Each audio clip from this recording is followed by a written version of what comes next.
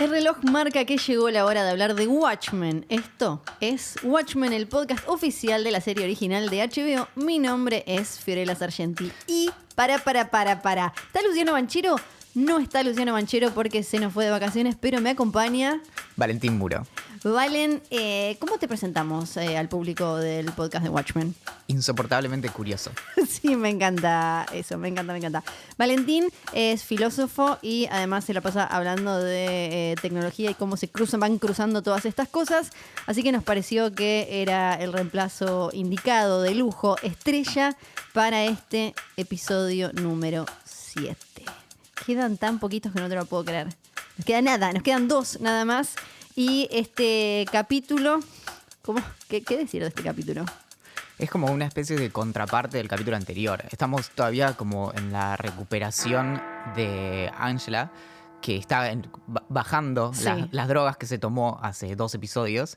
Y acá empieza a recuperar sus propias memorias. Y eso es lo que vamos explorando. Es como una especie de lado B, pero no dicho de manera peyorativa, sino de manera complementaria. Y qué complemento, ¿no? Estábamos esperando este momento desde el que salió ese primer tráiler con una mano azul. Esperamos este momento y ahora está entre nosotros.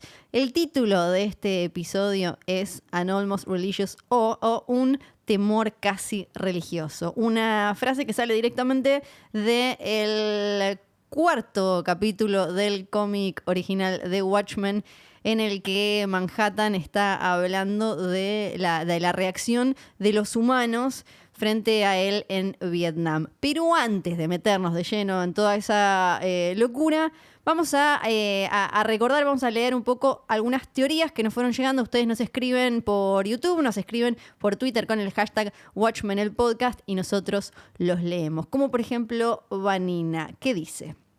¿Qué sentido tendría que sea Dr. Manhattan quien encerró a Adrian Veidt? Si no lo hizo cuando llevó a cabo su plan con el calamar, ¿por qué lo haría ahora? Me interesa esto.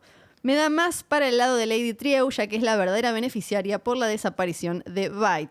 Porque, continúa, se quedó con sus empresas y por otro lado, si la trama no se centra en Tulsa por un tema racial, sino geográfico, ya que allí se encuentra el lugar llamado el centro del universo, que es un sitio con una particular anomalía acústica, si el reloj y los planes de Lady Trieu van más allá de los de Veidt y su reloj es la fachada de un ataque suceso que involucra a todo el mundo, partiendo desde el centro del mismo, o sea, Tulsa. Bueno, algo vimos en este capítulo. Sí, pero Lady Trieu está más inclinada por el lado de salvarlo, más que no parece estar armando un plan malvado para atrapar a Dr. Manhattan, sino más bien para sacarlo de las garras de la séptima caballería. Acá confiamos en, ya con el 7º capítulo adentro, confiamos en las intenciones de Lady Trieu, ¿no? Porque hay quienes desconfían, aún después de ver seguramente va a haber gente que desconfíe de que sus intenciones sean de salvar y que en el fondo tenga quizás alguna cosa medio a los Ozymandias, ¿no? De yo vengo a salvar, pero para salvar genocidio. Claro, y juega un poco con esto también de que hasta un punto no se sabía si estaban, de hecho, entongados tanto Lady Trieu con los de la séptima caballería, y acá parece que en realidad son antagonistas, y estamos viendo 2 complots paralelos. Claro, tal cual. Ahora con este capítulo eso es lo que vimos. Ramiro nos decía, aún no lo comprobé, pero me pa' que sí. Siempre que aparece un reloj analógico son las X, Y. En el primer capítulo eran las 9:50, el minutero se va acercando a las X en un punto capítulo. Es decir, que en el capítulo 9 faltará 1 para la medianoche. ¿Qué decís, Valentín Muro? Sí, puede ser que, o sea, esto estaría jugando con esta simbología de los minutos para la medianoche, del momento del el cataclismo final en el que el Doomsday Clock, claro, famoso de la Guerra Fría, ya se viene el final total que Rorschach esperaba todo el tiempo. Habría que verlo, habría que checar en realidad cada reloj para... Hay que hacer un laburazo, Sí. Ramiro, hay que hacer un laburazo, pero vamos a ver qué onda. Augusto dice que en la reunión de los afectados por los eventos del 2 de noviembre, Wade saluda a la miembro de la séptima caballería como Friend of Nemo. Esto es otra referencia a 20.000 leguas de viaje submarino, siendo Nemo el capitán del Nautilus, el submarino de la novela. Otra cosa interesante es que, como dicen en el podcast, Lindelof sigue usando nombres de la vida real para los personajes como en Lost. Dice que no vio Leftovers. Claro. Así, el apellido de Looking Glass es del mismo de un gobernador y senador estadounidense que era supremacista blanco. La cosa sigue porque parece que lideró una revuelta en 1876 de un grupo paramilitar supremacista que luego derivaría en el Ku Klux Klan. El tema de la lluvia, por otro lado, para mí es otro guiño a los relatos bíblicos. En el Antiguo Testamento, Dios castiga a los egipcios con las famosas plagas para que dejaran salir a los hebreos. Ahora bien, ¿qué pasa si este vigilante que juega a ser Dios constantemente estuviese castigando a la humanidad enviándole estas plagas porque fue forzado al exilio por alguien que fue más inteligente que él? Ajá. Y le hace Lady True. Y él, en otro acto vanidoso, tratase de elaborar otra pantomima para su retorno a la civilización. Me gusta. Me encanta además cuando le van sumando datos que quizás a nosotros se nos pasan de easter eggs y referencias y cositas. Y lo del tema de los nombres y Lindelof es increíble. Todos los nombres salen de algún lado en sus series. Llega otro mensaje que es de alguien que no termina de entender o de leer a esta Lori Blake. Dice que alguien me desburre y me explique cómo alguien como Lori puede ponerse la gorra y pasarse al lado de la yuta. No sé, no lo veo. Esto, los que no nos están escuchando de Argentina, yuta es policía, ponerse la gorra es como hacerse vigilante y desburre es como informarla. No sé, no lo veo fiel al personaje del cómic, a la superheroína que conocemos. Es que para mí el tema es... quizás uno se hizo una imagen de lo que era ella que ella en realidad no sentía. Ella nunca se sintió una superheroína, ella fue como empujada a eso por su mamá, que quería que ella continuara con ese legado y con ese manto, pero ella no tenía esas verdaderas intenciones. Para colmo, todo lo relacionado con los vigilantes enmascarados básicamente le arruinaron la vida. Ya desde el nacimiento vino como todo ahí muy, muy complicado. Después, cuando en la Wikipedia, cuando leemos que ella evitó el atentado de Oklahoma del 95 y terminan ella y Dan presos, a ella lo que le interesa es que el atentado no se haya hecho y que los tipos estén presos. Como que ella tiene una cuestión mucho más pragmática y le quita esta épica y el romanticismo que, por ejemplo, tiene Dan el segundo Night Owl.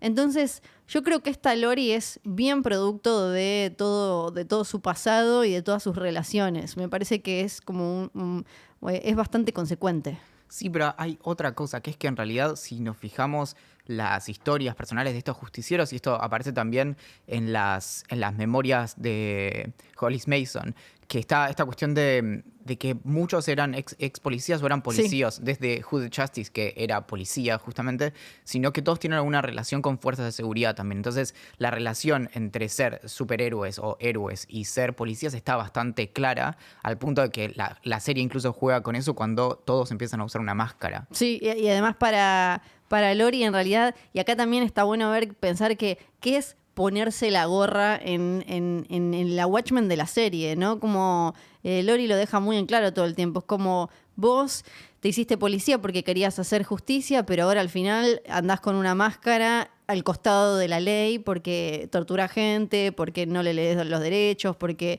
Entonces, ¿quién es más justo en todo este lío de FBI, gente enmascarada y policías enmascarados? Y después llegó un tuit que en realidad me divierte cómo termina, por eso lo seleccionamos. Es de Maro. Dice, cuando todo empezó enfocado en Looking Glass, está hablando del episodio 5, pensé que iba a terminar en que él era el líder de la séptima caballería. Lo del senador pensé que era más obvio porque sí es demasiado bueno o porque es malo o gil. Bueno, el del senador ahora vemos que no era ni un malo tan lineal ni un gil tan gil. Tiene como una agenda bastante interesadita y encargada. Pero trae algo que también aparece en este capítulo, que es esto de si un personaje es demasiado algo tiene que estar pasando. Sí, en esa revelación final de Cal, justamente, es que empezamos a preguntarnos, bueno, entonces algo nos estaban ocultando. O sea que la sospechar de estos personajes que son demasiado superficiales está bien. Tal cual, donde crees que les viste que se le vio la hilacha, algo más hay.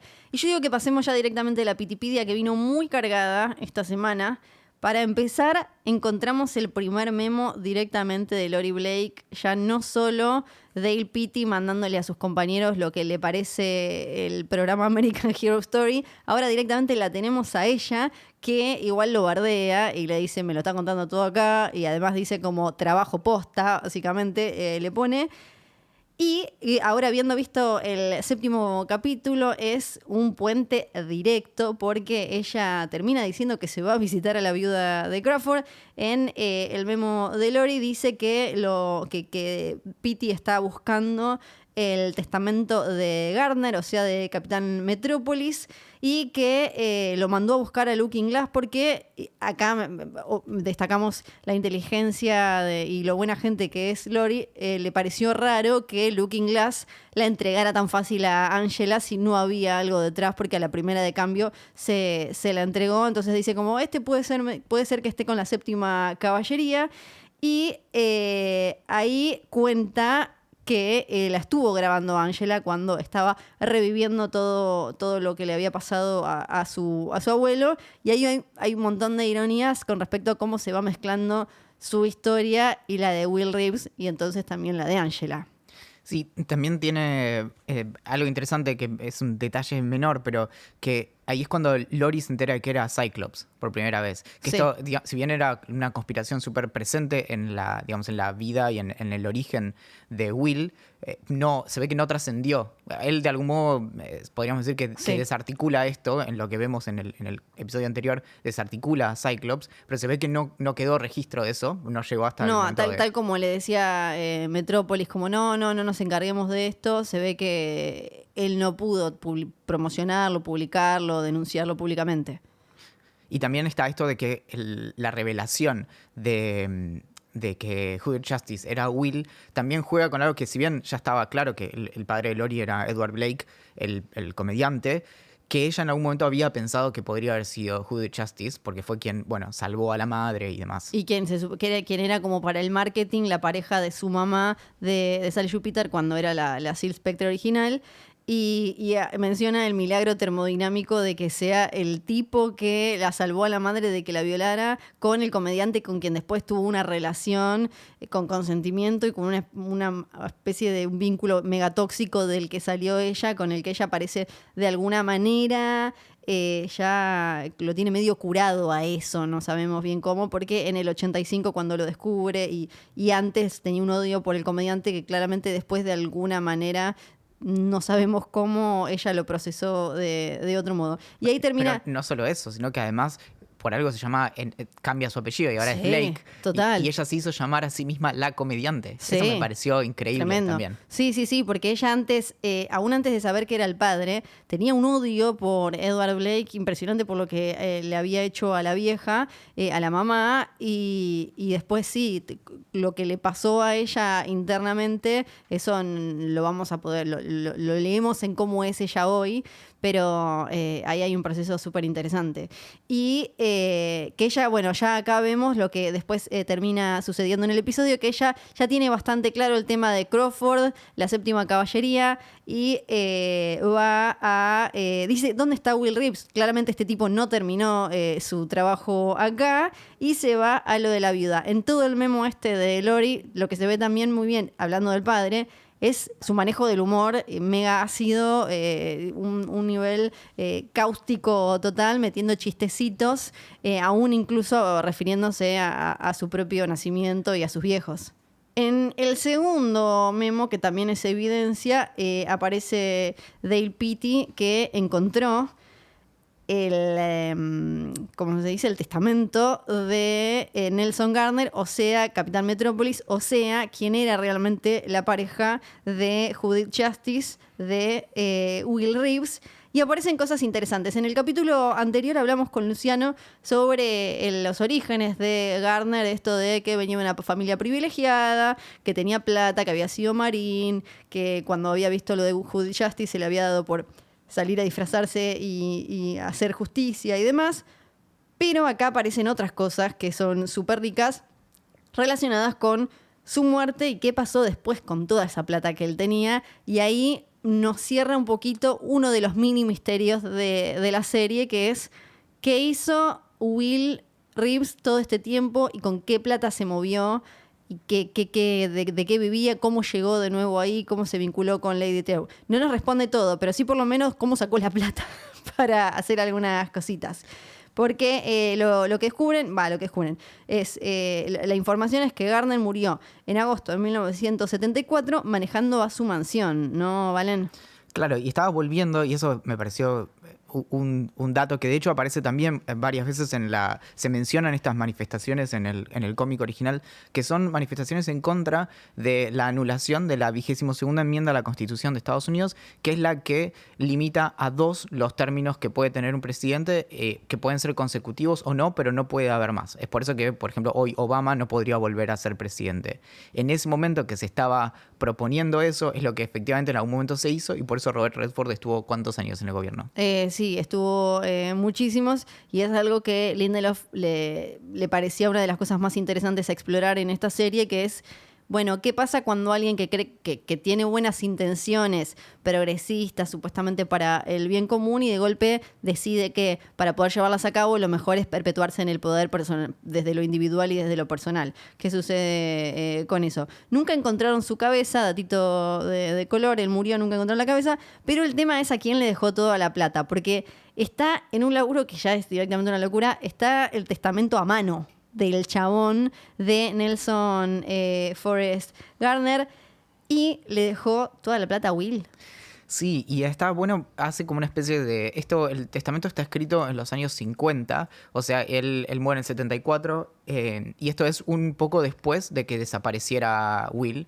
Y de hecho menciona que en todo ese tiempo, desde que se separan los Minutemen hasta que muere Capitán Metrópolis, una sola vez se cruzaron que pudieron hablar, y el mensaje venía desde San Francisco, dice.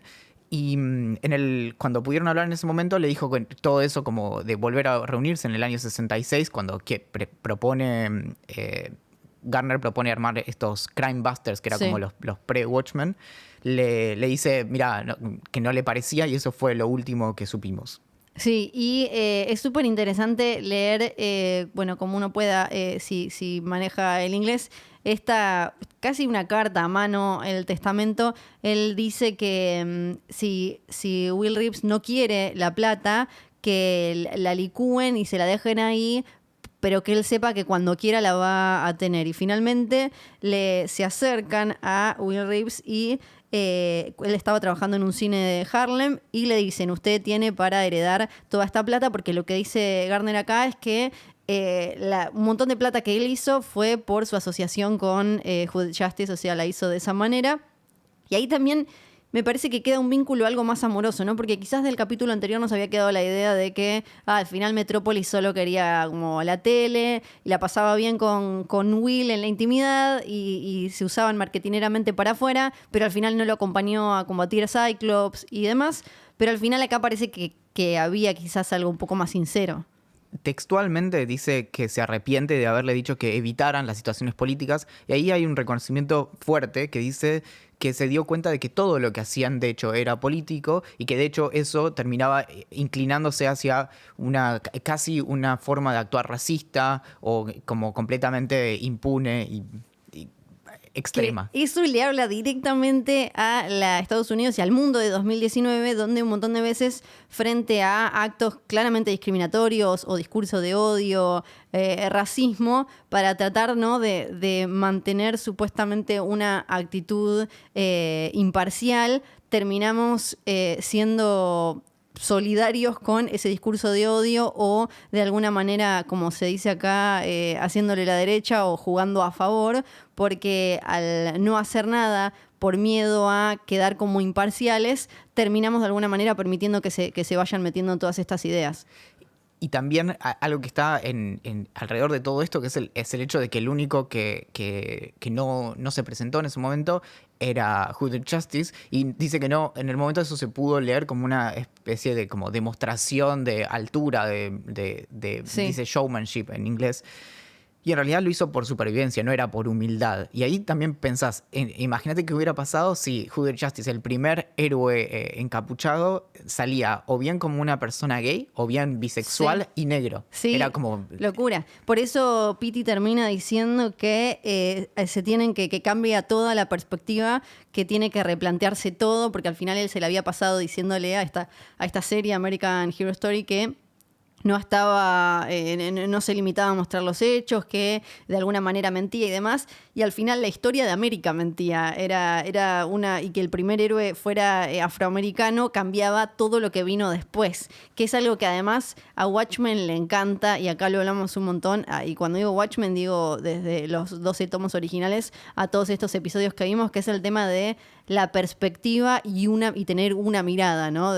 Tenemos símbolos más evidentes como Cyclops, o frases directas de Manhattan. Ahora vamos a recordar una en la que él le dice a Lori, si vos pudieras correrte y ver con mi perspectiva, como que constantemente está esa idea de tener que corrernos un poco para aprender a ver las cosas desde otro lado. Sí, y la simultaneidad de los distintos tiempos, que si pudiéramos superponer esas perspectivas, justamente veríamos todo de otra manera. Y acá, de algún modo, lo lográs en el momento en el que te dan nueva información y tenés que forzarte a reescribir tus recuerdos. Exacto. Que es algo que está muy presente en estos 2 episodios también, en donde hay que hacer un esfuerzo por resignificar el presente en base a lo que te vas enterando. Sí, y ahí terminás revalidando completamente la idea de historia completa y cómo se escribe la historia, ¿no? Porque ahora lo que estamos viendo, gracias a la Wikipedia, es como siempre la historia se va, esta cosa de la historia la escriben los que ganan, y sí, cómo van quedando en papelitos por ahí esos pedazos de historia que cambiarían todos si estuvieran en la luz junto a la historia oficial. Y si piensan que, bueno, ya hablamos un montón, todavía nos queda una parte más de la Wikipedia, que se mete, es un clipping, un pedacito de una nota de prensa de un medio directamente de Oklahoma, del Talk of Tulsa, que se mete con la historia de Lady Trieu. Sí, y entonces hacen como verdad o ficción. Realidad o ficción es de octubre de 2018, cuando ella llega a Tulsa para hacer este Millennium Clock en una, ahora sabemos, en una underground reservation, que es territorio de los pueblos originarios en la vida real, y ahí también estuvieron pasando un montón de cosas.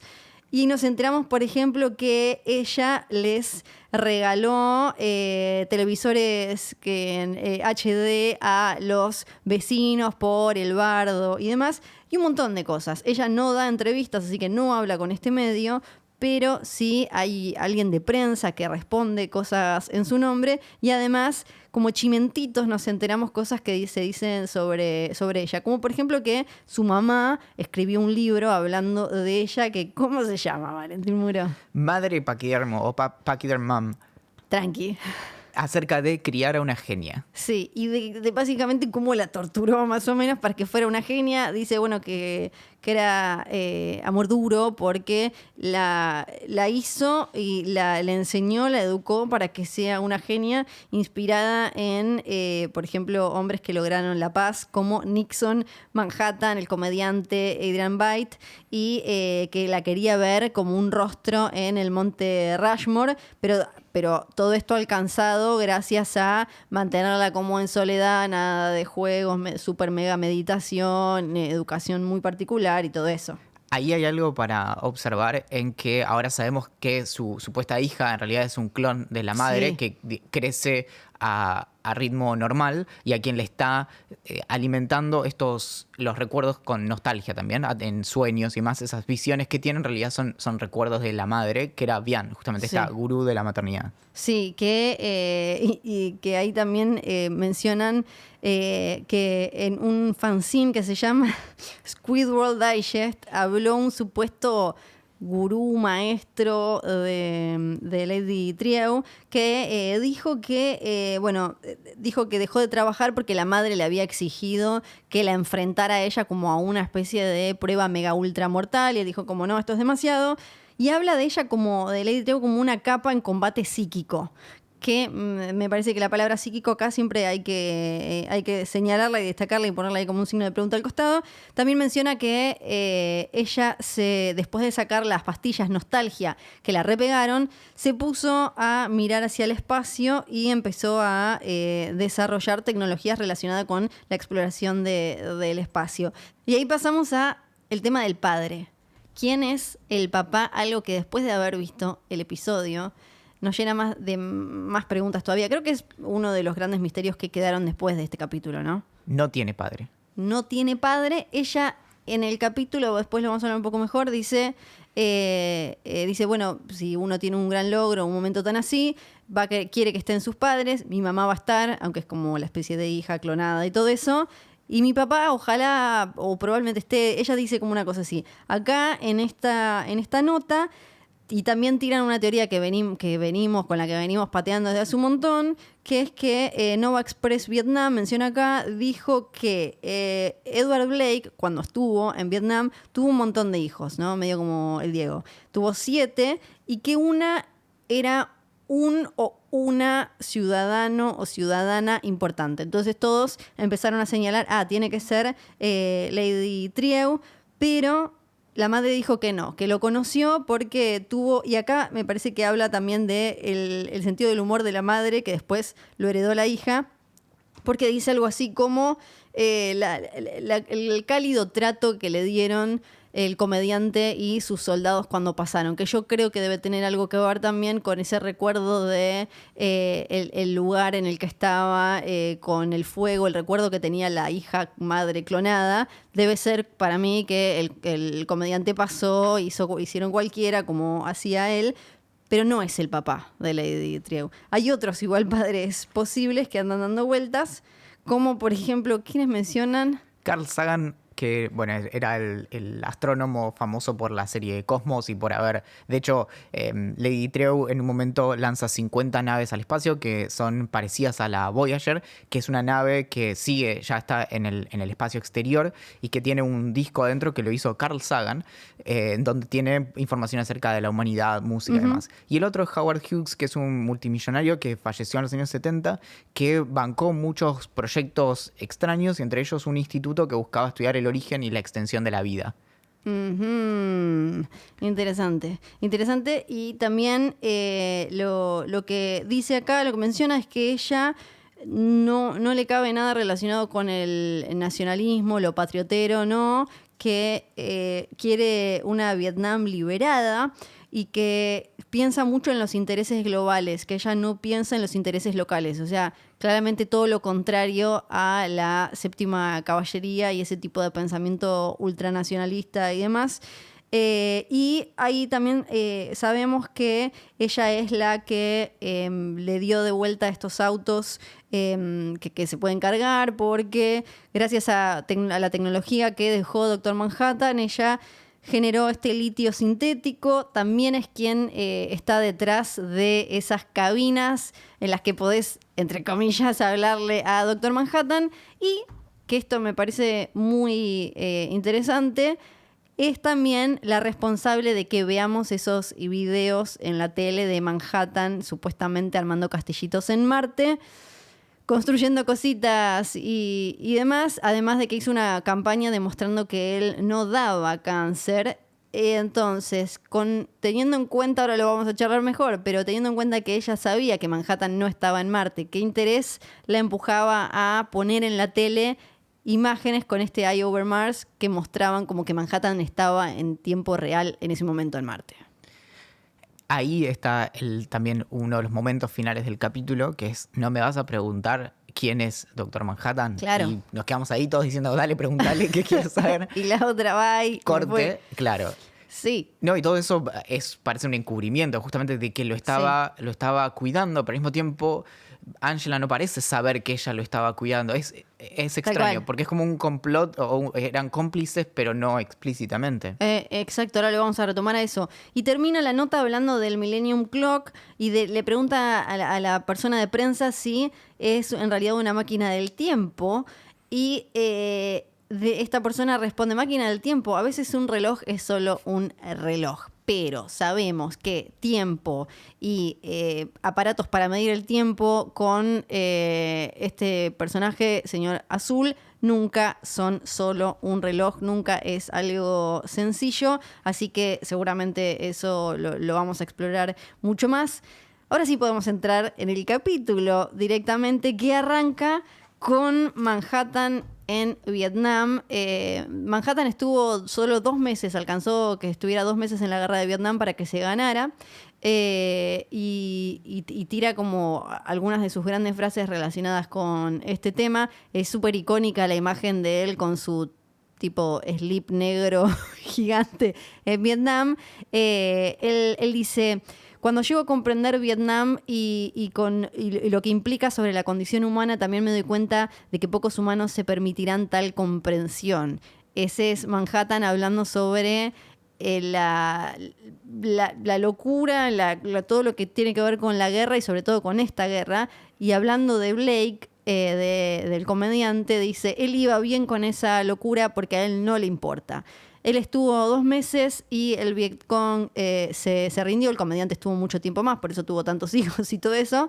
Pero los del Vietcong pedían rendirse ante él. Y esto es clave porque de ahí sale la frase que le da nombre a este capítulo, porque él dice que pedían rendirse ante él, dejar sus armas frente a él, que lo veían casi como, era como entre un dios y la bomba atómica al mismo tiempo.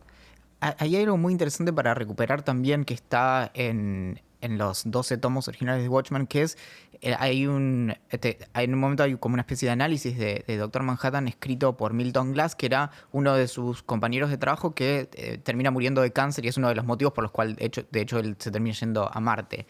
Y él hace todo un análisis respecto de qué significa que de repente hubiera un primer dios en la Tierra. Y que dice, bueno, si tenemos a la guerra que terminaría con todas las guerras, que fue la Segunda Guerra, y tenemos el arma que terminaría con todas las guerras, que era la bomba atómica, este iba a ser el hombre que terminaría con todas las guerras. Y él dice, bueno, esto efectivamente no sucedió, y ahí hace todo un análisis sobre esto de la destrucción mutua asegurada entre Rusia y Estados Unidos, y justamente se mete con que hace un análisis muy bueno de cómo cambia el mundo para siempre a partir de que tenemos a alguien que puede manipular tiempo, espacio, que se puede teletransportar y demás, y cómo juega con esto, justamente de que de repente todo se rompe, porque hay muchas cosas aseguradas, por ejemplo, el tema del aire limpio. Entonces, dice, lo que generó eso fue que que disminuyera el asunto de las guerras, porque tenías a este tipo que puede ir y terminar con todo, lo que empieza a aumentar mucho es la delincuencia normal. Entonces habla de cómo todo se vuelve mucho más depravado, todo como... Uh-huh.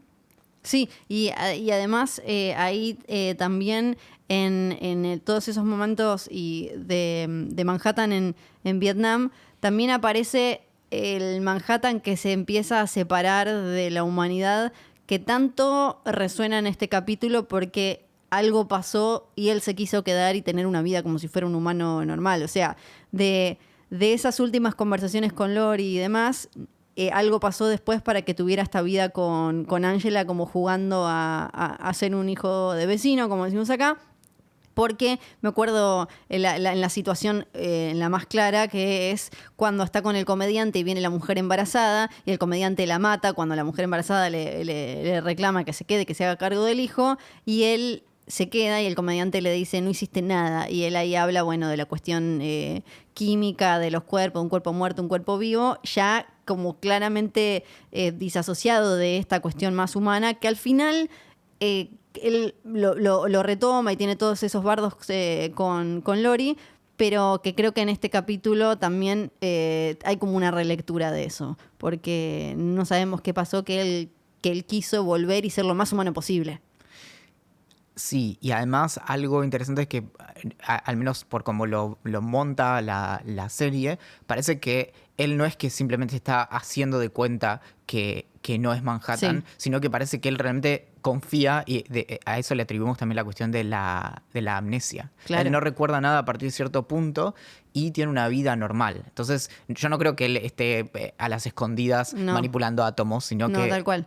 Sí, como que él apretó un botón y él se escondió y se olvidó de todo y Angela quedó como una especie de guardiana de ese conocimiento y ese recuerdo, ¿no? Porque lo último que vemos de Cal no da la sensación de que, sí, me estaba haciendo pasar por... No, sobre todo porque le rompe la cabeza con un coso.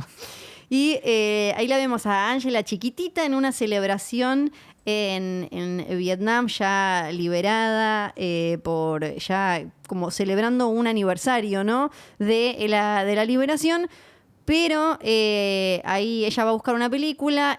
Cuando está eligiendo la película que elige Sister Night, ahí había un elefantito. Yo me acuerdo que dije como, hay un elefantito que aparece como varias veces. ¿Por qué aparecerá un elefantito y varias cosas? Y vemos el título del capítulo que aparece en esa obra de títeres que hay en esta celebración de este aniversario. Y tenemos que recordar la frase también de Manhattan que le dice a Lorit: somos todos títeres, solo que yo soy un títere que puede ver los hilos. Y es muy perfecto para el capítulo porque acá al final el episodio termina con todos queriendo usar a Manhattan y como armando conspiraciones alrededor de Manhattan, aparentemente sin que él lo sepa. Ahí hay varias cosas. Una es que también en esta cuestión de la superposición del tiempo, en los capítulos que están directamente dedicados a Manhattan en los tomos originales, se juega bastante bien porque él en la misma viñeta dice, bueno, estoy en el año 65, estoy en el año 85, sí, estoy en tal año. Y va jugando con eso. Y en un momento Lori le pregunta, pero vos sabés lo que va a pasar, y dice, sí, pero yo no puedo cambiar el futuro. Porque yo de hecho estoy en esos instantes al mismo tiempo, pero de algún modo el futuro ya sucedió. Entonces hay algo también ahí interesante que es como inevitable lo que va a pasar. Sí, porque durante décadas se discutió el tema de cómo hizo Ozymandias para confundir a Manhattan con esto de los taquiones, que son una partícula hipotética, que no sé qué, que tienen que ver con el tiempo y demás, y todo esto de cuánto puede cambiar Manhattan y cuánto puede ver y cuánto es inevitable, como lo que dice él. La dejamos un ratito a la Angela pequeñita. Y pasemos, por favor, a cómo funciona Nostalgia, este frasco de recuerdos de su abuelo que se mandó Angela. En la Wikipedia creo que fue la semana pasada, ahí veíamos una publicidad que hablaba de lo importante que era, cómo uno podía en una tableta, creo que entraban entre 1 y 5 recuerdos, que esto servía para gente con determinados problemas o determinadas cuestiones específicas relacionadas con la memoria, que era muy importante que vos consumieras los tuyos propios, que además te hacía sentir, no solo recordar, sino sentir lo que habías experimentado en ese momento. Y me gusta cómo se las arreglaron para mostrarnos cómo Lady Trieu tiene como esta supuesta cura y cómo es que se cura, como de alguna manera, porque Angela se mandó una sobredosis. Claro, no solo eso, sino que además consumió recuerdos de alguien más. Claro. La idea de esto originalmente de Nostalgia es que ibas a una clínica de Trieu y ahí recuperaban tus recuerdos y te daban pastillas con esos recuerdos. Entonces vos después de algún modo podías volver a voluntad a un momento que quisieras. Dice que es para pacientes que tengan demencia senil, ansiedad o algún trauma físico. Uh-huh. Sí. Psíquico. Sí, y acá Angela no, nada, cualquiera lo usó, cualquiera, pero la gente igual ya lo estaba usando mal a Nostalgia. Claro, cuando en el momento de la serie ya hace casi 10 años que está prohibido, justamente porque empezó a haber abuso y de hecho era muy complicado de tomar, no podías tomarlo si habías tomado alcohol, tenés que tener cuidado sí. Si estás tomando otras drogas, incluso si estás comiendo, tampoco si podés estar fumando y se recuerda ahí que el tabaco es ilegal en los 51 estados. Claro, ay, esos detallitos me encantan, que nos van apareciendo y nos vamos olvidando de este mundo en el que no hay tecnología y tienen como todas estas cuestiones ambientalistas y demás. Y no se puede tomar si estás embarazada o planeas estar embarazada porque una vez que Nostalgia se absorbe en el feto, no hay forma de sacarlo. Claro, me había olvidado que había leído eso. Sí, también tiene sentido. Entonces la dejamos a Angela un ratito ahí en este proceso de recuperación de sus propios recuerdos después de haber pasado varios días siendo su abuelo. Y vemos que afuera ella está en el Millennium Clock, está en territorio full Lady Trieu, pero afuera están Red Scare y Pirate Jenny, que hasta ahora no sabemos mucho más que nada, que uno habla como con acento medio ruso o algo así. Y está Cal, está el marido de Angela, que quiere ir a ver a su mujer. Otro personaje del que hasta ese momento no sabíamos nada, incluso le como digo, pero pará, acá lo hemos comentado como, este tiene que tener algo más, porque no puede ser que simplemente aparezca ahí para charlar 2 segundos con Angela. Conociendo a Lindelof, conociendo el tipo de serie, tenía que haber algo.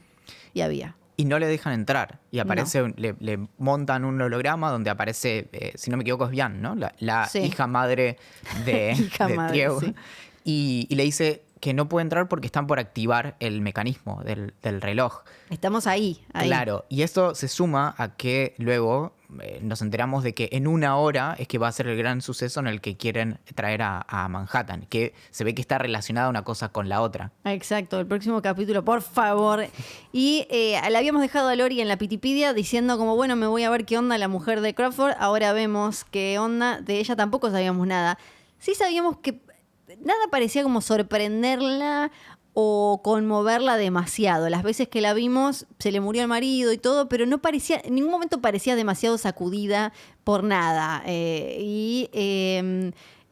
Va Lori ahí a charlar con ella y tiene una trampa que parece medio vieja también, pero teniendo en cuenta que es un mundo sin tecnología tan avanzada, no podría no ser tan vieja, ¿no?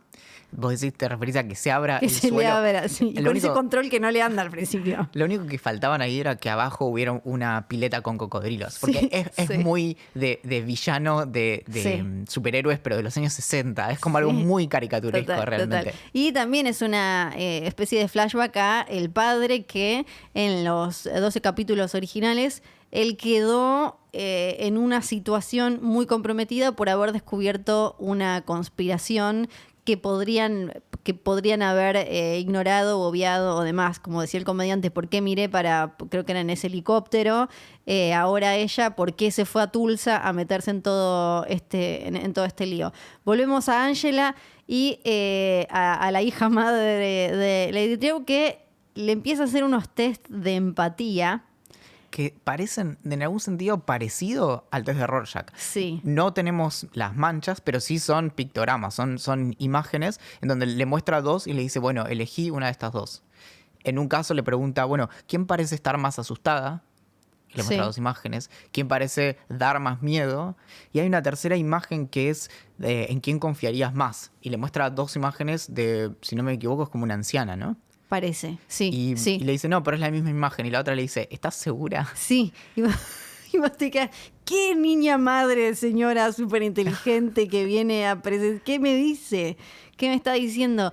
Y además estas imágenes y este test también dialogan con lo que vamos completando de los recuerdos de Angela que le van apareciendo, que ella igual miente y dice como, no, me estoy acordando de un pony, no sé qué, y en realidad está recordando cómo mataron a los padres en un atentado por gente que claramente consideraba que Manhattan era un asesino. Se ve incluso en uno de los recuerdos que hay una pintada de Manhattan que arriba, de Doctor Manhattan, que arriba le pusieron asesino. Y la vemos también a ella expuesta de muy chica a un sistema muy estricto. La mandan, una vez que los padres mueren en este asesinato, en este atentado, la mandan en una especie de orfanato donde no la trataban muy bien. Y cuando le van a preguntar si ella recuerda ese titiritero que parecía estar metido en el atentado, y ella dice sí, era este. Incluso claramente ella nota que lo acaban de fusilar ahí al costado. O sea que todo lo que hablabas vos antes de elegir ser policía, y como todos estos personajes de alguna manera estaban relacionados con las fuerzas, y ella ya de chica, además de que su papá pertenecía al ejército, ya estuvo expuesta a este tipo de justicia y de que va como por el costado de la ley, ¿no? Que es como oficial, pero no. Es todo bastante turbio, porque sí. es esa especie de careo es sentado atrás de un patrullero que le dice, bueno, ¿estás segura? Sí, es ese. Y otra cosa que está en la primera escena, que no lo mencionamos, pero es que cuando le va a mostrar el cassette, el video al padre, le dice, desconfía de los hombres Sí, con con máscaras. Y eso también nos lleva al episodio anterior, que de hecho el padre tuvo ese encontronazo con su propio padre, que sería con Will, su abuelo, que le dice como, no, vos no te podés disfrazar de esto. Entonces queda ahí como reacio a la cuestión de disfrazarse y salir a pegarle a los malos. Exacto, totalmente. Y está tan lleno de simbolismo y cositas este capítulo que espero que podamos abarcar todo. Porque de ahí pasamos a Lady Trieu y el busto de Ozymandias, ese famoso busto de Ozymandias grande que tiene ella. Y en esta especie como de super mega jardín de invierno, vivero mega fancy.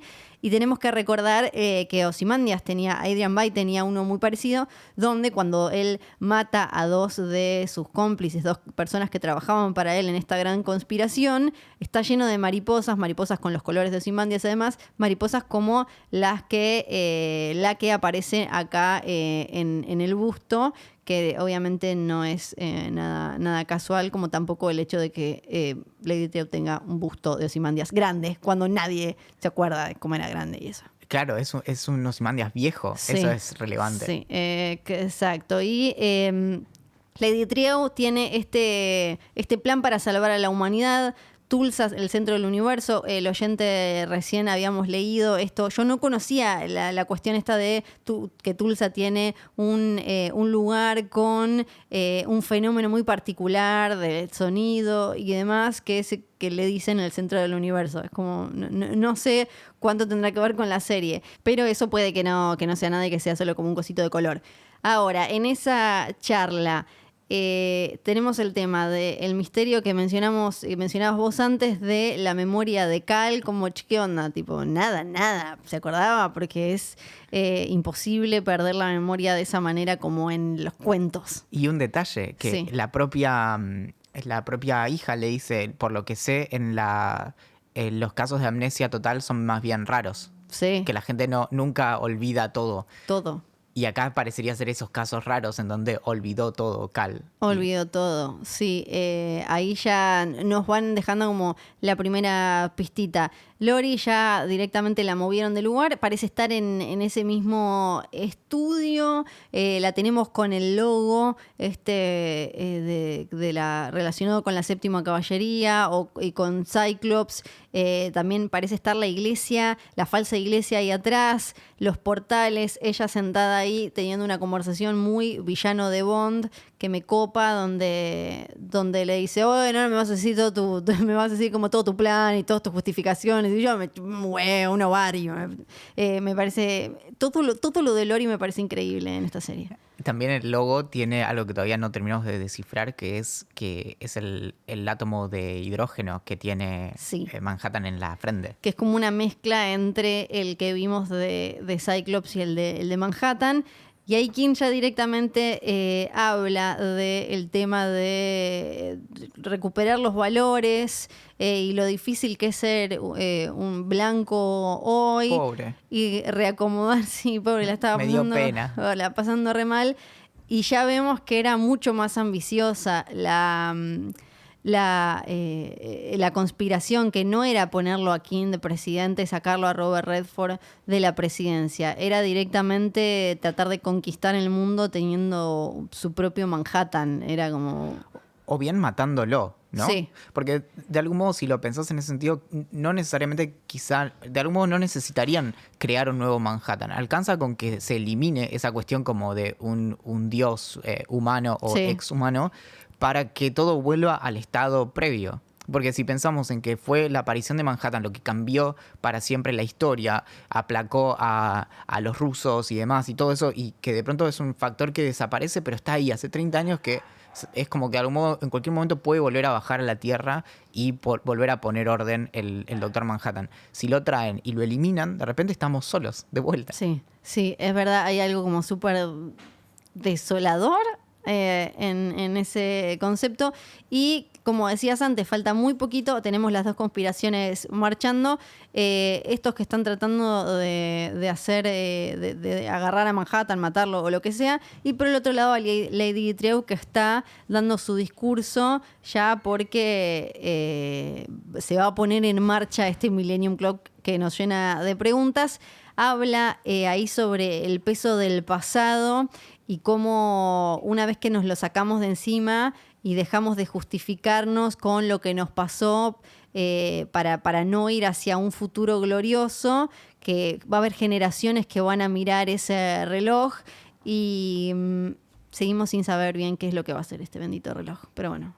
Sí, que también juega con esto de la idea de que va a durar mucho en el tiempo. Sí. Que hay algo interesante ahí, que hay una obsesión real. Hay un reloj que se está construyendo dentro de una montaña en Estados Unidos, en la realidad, que es un reloj que tiene que durar, no me acuerdo si son cientos de miles de años. Y entonces eso como de la perpetuación también. Si pensamos también en su obsesión por extender la vida y todas esas cuestiones, preservar los recuerdos, clonar a la madre y recuperarla. Hay como una serie de cosas ahí que se van conectando. Es verdad, pienso por un lado, lo tenemos a King, que está lo que trata de preservar y de mantener como congelado en el tiempo es el statu quo, ¿no? Y lo que él considera valores y lo que él considera. Y por el otro lado, justificándolo como desde la ciencia y la protección más quizás como de la humanidad pensada como parte de un ecosistema y con grandes logros y como herramienta de progreso. La tenemos a Trieu, pero en realidad los dos están luchando por esto que vos decís, como de congelar y permanecer o dejar algo en el tiempo inamovible. Sí, lo único es que hasta ahora tenemos más claridad respecto de lo que quiere la séptima caballería que lo que quiere Trieu, Sí. que no tenemos muy en claro. Solo sabemos que aparentemente lo quiere salvar a Manhattan, pero no sabemos para qué tampoco. No. Sí, y la insistencia esta de que el reloj va a estar ahí porque todas las otras maravillas del mundo de alguna manera se inundaron o algo, pero esto va a quedar ahí. Y Angela tiene ahí conectado, como parte de la terapia, tiene conectado, supuestamente le están pasando sangre de su abuelo, ella quiere ir a enfrentarse a Will, va tirando de esa soguita que termina no estando su abuelo del otro lado, sino un elefante. Volvemos acá a las películas porque esa parte está mechada con el recuerdo de su abuela, June, que la última vez que la habíamos visto había sido el capítulo anterior en los flashbacks, y la última vez, si no me acuerdo mal, había sido en la pelea con Will cuando el papá de Angela se quiere pintar como Hood Justice y él lo asusta, lo saca, lo trata mal, y ella entendemos que se separa, se divorcia, se vuelve a Tulsa, y ahí también ella menciona por qué eligió esa película, Sister Night, porque se parece a mí. Y la abuela le dice, acá no hay mucha gente que se parezca a vos, ¿no?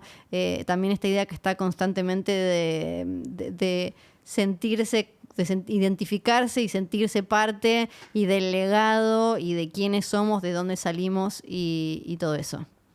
Sí, ahí también toda esta cuestión como de la identidad y de la similitud, por un lado, porque ella es extranjera en Vietnam, pero también es un poco lo que se juega con esto de los supremacistas blancos, que de algún modo lo que rechazan también es esa diferencia. Y como, bueno, en un caso, digamos, va cambiando el grupo étnico, pero se mantienen como los mismos tropos, los mismos temas. Es verdad. Y ahí termina pasando al cuarto secreto. Vemos algunas imágenes que habíamos visto en algunos adelantos, ella caminando en ese pasillo. El cuarto secreto ese de Lady Trieu, donde hay como una especie de holograma con un globo terráqueo y están los mensajes a Manhattan, incluido el de Lori.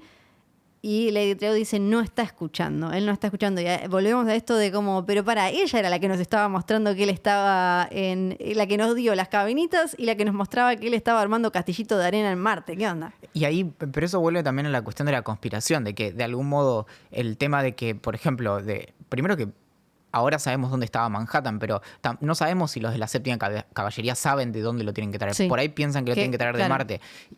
pero volvamos a esto del el orden mundial, ¿no? Si sabemos que está ese elemento que está en Marte todo el tiempo mirando hacia la Tierra y en cualquier momento puede bajar y poner orden de nuevo, es importante mantener vivo eso. Porque de hecho, tranquilamente se podría haber muerto por algún motivo Manhattan. Pero si nosotros lo podemos ver con una webcam en Marte, sabemos que en cualquier momento puede volver y le podemos mandar mensajes. Entonces todo eso mantiene vivo el mito. Es un poco como, pienso, por un lado, la lucecita que te ponían cuando eras chico, esa que se enchufaba y dejaba como, o déjame la puerta un poquito abierta cuando eras chico y te iban a dar un beso de buenas noches, ¿no? Como, bueno, está ahí, está la lucecita, como está, cualquier cosa, si se pudre mucho todo, va a bajar Manhattan.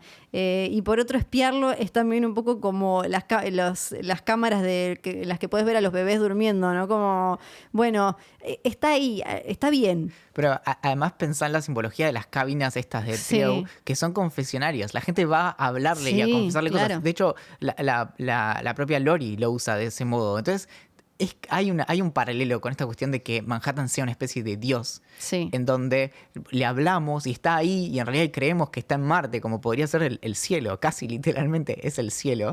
Tal cual. ¿Y qué pasa si Dios está muerto? Justamente. Ay, no. Y Lady Trieu dice, Angela está como que flash, no puede querer nada. Hablan de que Will necesitaba a alguien con los recursos de Trieu para parar a la séptima caballería. Y ahí tenemos varias preguntas porque ¿qué habrá hecho él con la plata que le dejó Metrópolis? ¿No? Porque uno entiende que Trieu también, al hablar de los recursos, puede no estar hablando de plata, sino de su cabeza y su forma de manejar la tecnología que había dejado Manhattan y demás. En una hora agarran a Manhattan, ella no pregunta quién es y se va. Sale corriendo. Sale como, tipo, dejé la pava en la hornalla y se escapa a su casa. La séptima caballería la está mirando irse a lo de Trieu y ahí tenemos nos quedó de la otra vez Looking Glass, que no sabemos bien qué más pasó ahí. Lo único que sabemos es que los despachó a todos cuando los fueron a buscar, pero no sabemos a dónde se fue. No sabemos a dónde se fue y ahora tenemos, bueno, a la séptima caballería viéndola a ella que llega a la casa, está Cal, como lo vimos siempre, como un marido retranca en la casa, cuidando a los pibes, todo, y está leyendo Por quién doblan las campanas.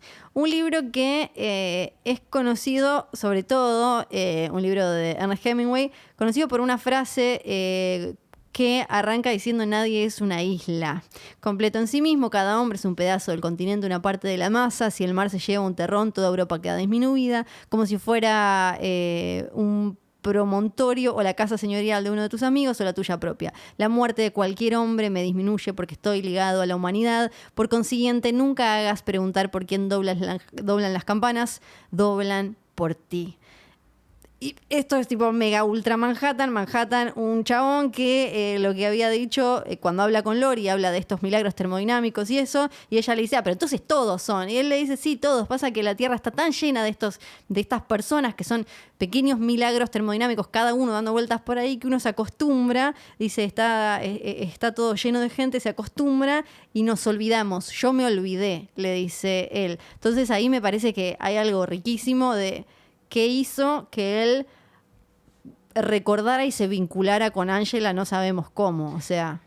Hay algo que está todo el tiempo presente, que Manhattan habla de su vínculo o falta de vínculo con la humanidad con nostalgia. Él cuando recuerda tanto su relación con Lori como cuando piensa en sus relaciones anteriores y demás, como que lo va extrañando eso, que de algún modo cuando él volvió nunca volvió del todo, al punto de que el padre, por ejemplo, nunca se enteró de que él era Dr. Manhattan. Él dijo que él era John Osterman, él lo dijo recién cuando murió el padre. Entonces hay algo ahí de que se fuerce a sí mismo a poder volver a tener como una especie de vida normal. Y hay algo con esto de que básicamente le explota la cabeza, le rompe la cabeza y saca esta especie de implante. Sí. Y no puedo parar de especular con eso. Con ese implante que brilla azul y ahí vemos esto que decías vos de... Ella había quedado un poco como guardiana, ¿no? De esto fue tu idea, le dice, sabíamos que en algún momento iba a pasar. y le dice, hi baby, hola baby, estamos en problemas. Y ahí nos quedamos con un montón de preguntas. Como le gusta a Luciano Manchero, le mandamos un beso grande. Nos queda para cerrar la pequeña sitcom que es Ozymandias en su cárcel misteriosa espacial. Esta vez vemos el famoso juicio, habíamos visto adelantos, sabíamos que en algún momento se venía. Acá está él con su traje y todos los clones están enjuiciándolo. Hay abogados, hay testigos, hay de todo. Están ahí los dibujos de todos sus planes. Está el monstruo gigante, el calamar rosa del ojito y demás. Y le dicen, vos lo único que tenías que hacer era quedarte acá. Lo único que le dice el Game Warden, no te tenías que ir. Vendría a ser como la abogada que encontra el fiscal, no sé, la que hace de fiscal. Le dicen que él cometió genocidio, que él habló de un sacrificio enorme por una utopía. Que lo único que no tenía que hacer era irse, que pasó un año ahí y él no dijo nada, y cuando a él le toca hablar decide tirarse un montón de pedos. No es como un pedo, es como un montón de pedos. Y ahí entran los chanchitos, también los famosos chanchitos que habíamos visto en un adelanto, que según le dice el juez están más cerca como de lo que él es. Y lo que más me impresiona es que él termina llorando al final cuando es condenado de alguna manera, o sea, muestra una emoción humana. Y no sabemos qué significa que sea condenado tampoco, porque no se habla de la pena ni de lo que va a pasar. No, exactamente. No sabemos. Sí tenemos esa imagen donde él está como encerrado y más demacrado, con la torta con más velitas. Damon Lindelof había dicho que en cada episodio, en su historia, pasaba un año. Entonces todavía no tenemos bien enmarcado temporalmente cuándo es que está sucediendo la historia de Adrian Veidt de Ozymandias de esta manera. Sabemos que a Lindelof le interesaba mucho contar qué pasa después de, bueno, a un tipo se le ocurrió este super plan, es el hombre más inteligente del mundo, para salvar a la humanidad, pero tiene que cometer un genocidio, 3 millones de personas muertas, y él no le puede decir a nadie, no se lo puede decir a nadie, no puede hacer nada. Bueno, ¿qué hace con eso? Y vamos a ver qué pasa ahora con él y cómo se va a relacionar con todo lo que ya está pasando, que está a punto de explotar. Claro, la relación es bastante, hasta ahora es muy difícil de ver. Lo máximo que llegamos a ver es que parece que está en una luna de Júpiter probablemente. Pero también está esto de que justamente en esta especie de realidad o de escenario paralelo a la serie está todo esto de que sea muy caricaturesco. Y hay algo que creo que se marca mucho en cómo se construyó el personaje, que es esto de que él siempre está haciendo algún plan, complotando, está armando una máquina, está armando una obra de teatro, está juntando clones, como que siempre está haciendo algo así que de algún modo lo mantiene entretenido, y es la única forma en la que se me ocurre que puedes mantener a un tipo así encerrado también, permitirle hacer sus planes de escape que probablemente no llegan a ningún lado, que no se pueda escapar, pero... Bueno, el Lindelof lo que había dicho es que para él lo había pensado más como El Coyote y el Correcaminos, que como una historia más densa de escape de Alcatraz o algo así. O sea, que es como tal cual como decís vos, como que está esa idea media lúdica, jocosa, de tenerlo a él haciendo eso ahí. Y la oposición total al presente que vemos, donde hay tecnología, donde es todo limpio y demás, y él está en una especie de, no sé, siglo XVIII, una cosa así, como en un castillo, y es todo antiguo, no tiene electricidad, como bueno. Me gustó también que escuchar a los clones hablando desde que nos saca del agua, por fin, se estaban quejando algo. Igual no tenían tanto problema con eso, solo con que él se quisiera escapar. Deben tener un montón de teorías y dudas. Acuérdense, pueden mandarlas usando el hashtag en Twitter, Watchmen, el podcast. También pueden comentar, van al canal de YouTube de HBO Latinoamérica, buscan el último episodio, dejan los comentarios abajo, dejan las dudas y nosotros las leemos. La próxima semana nos vamos a meter con el episodio 8. Solo van a quedar el 8 y el 9. Y el 8 se llama A God Walks into a Bar. Un dios entra a un bar. Gracias, Valentín Muro. Fue un placer. Muchísimas gracias por iluminarnos con tus comentarios y sabiduría. Igualmente, no puedo esperar a ver qué es lo que va a pasar ahora. Acuérdense, miren Watchmen todos los domingos a las 23 horas en HBO.